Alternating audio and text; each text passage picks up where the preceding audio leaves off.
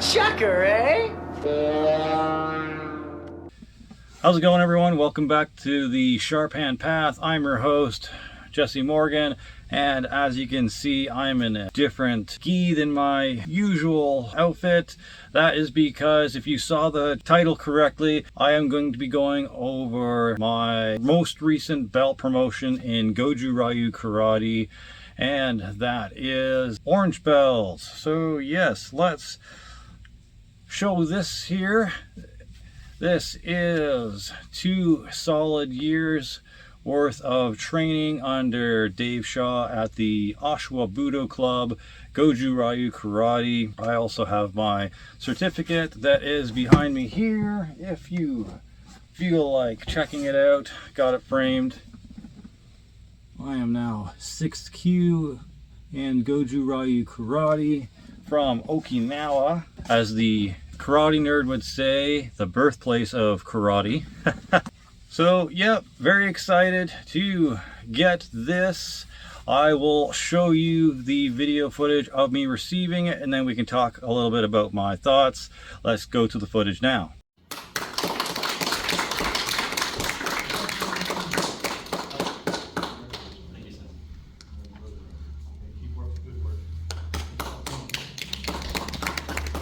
Alright, so that was the footage of me receiving my orange belt from Sensei Dave. He does not tie these around your waist after yellow. He ties your first belt around you and your black belt around you, and that's it. Yeah, let's talk about my thoughts on graduating. First of all, very proud to have put in the work and stuck with it long enough to be able to receive my orange belt in Goju-Ryu Karate. Again, it's been 2 years of solid training. I think I started in 2022 in September, and then in July of 2023 I got my yellow belt, which is here. And now we're here talking about the end of July of this year, 2024, receiving my orange belt. So coming from white to yellow and now to orange, I feel like there is quite a bit you learn. As Sensei Dave says, on the outside, Goju-Ryu Karate doesn't look like a vast spanning type of art. A lot of the secrets and practicality are within the bunkai, or breakdown or practical use of the katas that you learn. The katas that I've learned so far are Gekisai Daiichi, Gekisai Dai-Ni, Sanshin, which means 3 battles, and I kind of got a sneak preview of Saifa, which is technically not until green belt, but it's good to start learning a little bit ahead to prepare me for that belt. And if I'm going to be honest, I feel like Saifa is probably the most fun kata to learn so far. The 2 Gekisais are beginner level katas that you basically teach to people so they can kind of get the basics of punching, kicking, blocking, a little bit of stances, because you have the Sanshin stance in there, you've got Zenkutsu Dachi, Shiko Dachi, which is sort of like the horse stance, except your feet are diagonal, not perfectly lined up. Same with Gekisai Dai-Ni, the secondary version of the Gekisais. You get a couple more stances in there, like Niko Ashidachi, aka the cat stance. You get some blocks and palm techniques in it. I really like those. I like the kind of open palm kind of blocks to the inside and outside, and doing that kind of thing. They're very neat, and someone who likes the kind of not flowery, showy type of kung fu, it looks graceful, it looks intriguing and mystifying, and I'm kind of glad that that kind of found its way into Goju-Ryu from White Crane. Very, very neat that that's in it, and those are the katas that you learn. And then you learn Sanshin officially at orange belt, at least in the Oshawa Budo Club. I know a couple of other Goju-Ryu academies or dojos learn Sanshin first and kind of continue it on throughout. We kind of sort of did. It wasn't the official first kata, but it was one of the first things we learned after Gekusai Daiichi. As Sensei Dave says, you're going to be learning Sanshin for your entire martial arts career in karate, or at least the Goju-Ryu style, because it not only shows you form, stances, punches, the actual practical punches and kicks of the kata isn't that complicated. The more complicated thing about Sanshin is the breathing. I can't remember the proper name. I want to say kabuki, but that's probably wrong. I might have a word for it right here. But yeah, the breathing part is the most important and the hardest part to get perfectly right. For some reason, it's just, you have to learn very specific, controlled breathing, and the way you have to breathe too, using your diaphragm and getting all your muscles tight, especially your lats, your pelvis and all that. It's very, very complicated, and it will take a long time to learn perfectly. So yeah, even Sensei Dave, who I believe is fourth or fifth Dan now, has only ever, he said, got it right once or twice, and he felt like invincible after doing it properly. So that's kind of cool. I hope to one day maybe get there with it. So yeah, that's enough talking about what I've kind of learned with the belt so far in this. Obviously, you learn different kicks and whatnot. The ceremony was very step-by-step. It wasn't a huge, big thing. The test for Orange Belt was technically all of June, up until the actual graduation ceremony. Sensei Dave and our senpais were watching us, making sure we're doing everything correctly, making sure we're prepared for the ceremony, and basically trying to just confirm in their minds that we have achieved everything we needed to achieve for Orange Belt. For anyone who attended, it looks like we're not really doing too much to actually test for our belts. We're kind of just going over what we've learned, and we show the audience our katas that we've learned, and then we also do some bunkai or breakdown of said kata. So we're not really being tested, as it was more of like a ceremony to show off what we have learned. So yeah, the ceremony really consisted of us doing a little bit of warm-up, doing the kata that we've learned so far, going back and forth across the dojo, doing the level of kicks and punches and blocks and stances amalgamated here and there, doing backwards and forwards in these stances, and it goes probably for about 15 to 20 minutes without breaks. So by the end of it, in the footage, I'm sure my face is beet red, because you're not allowed to, take any breaks. You're not allowed to quit, because if you do, you fail. You're not allowed to really go for a drink or anything like that. It's kind of a test of your martial spirit, but not as bad as it could be, because a lot of other martial arts dojos, and especially my Shifu spinners from the Whippy Taekwondo Academy, I know their tests are like legit mountain climbing style of endurance type of tests.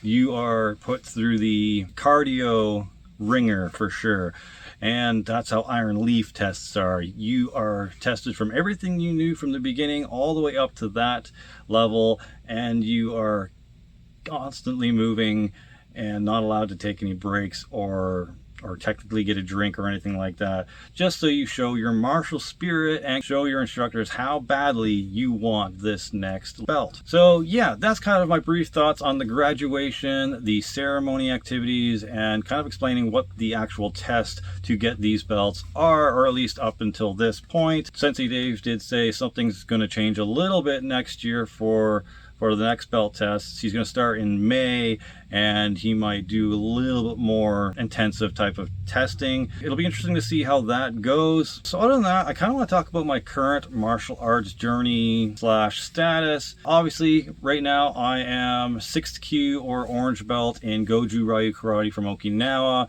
In Iron Leaf, I am yellow belt. So I believe that's about 10th Q. Shifu Spinner is still constructing the curriculum right now, especially now that BJJ or Brazilian Jiu-Jitsu groundwork is being included in the curriculum. So I feel like my next belt in Iron Leaf is probably not going to be until 2025, depending on if I can stay, depending on certain situations. So yeah, yellow belt, I feel right now in Iron Leaf is a fair level, maybe even a little bit generous, again, considering all the stuff that you would have to learn at white, yellow stripe, and full yellow belt if the Brazilian Jiu-Jitsu was to begin at that stage. So yeah, I feel like this will probably be a fair level for me and fair belt until probably 2025,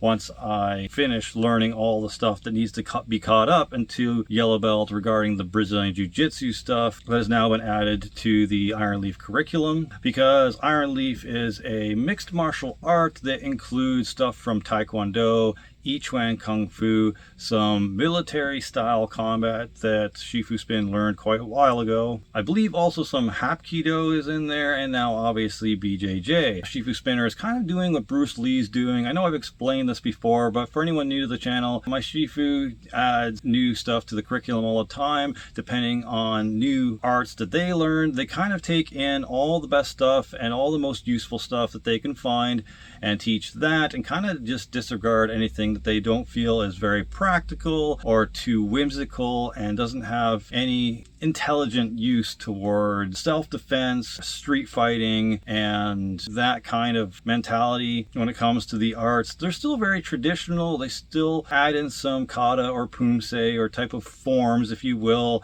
There's still some basics and stuff that you learn that every traditional art will throw in there that isn't maybe 100,000% practical, but it's what he likes, it's what he enjoys, it's what he finds brings flavor to his art. So there is that too. And Sensei Dave also teaches a little bit of Japanese Jiu-Jitsu, so there is some holds, some grabs, some takedowns and things like that, and there is a little bit of groundwork every now and then. Of course, the Japanese Jiu-Jitsu style where you start on your knees and you start grappling from there. That's kind of what I've got right now for my martial arts journey.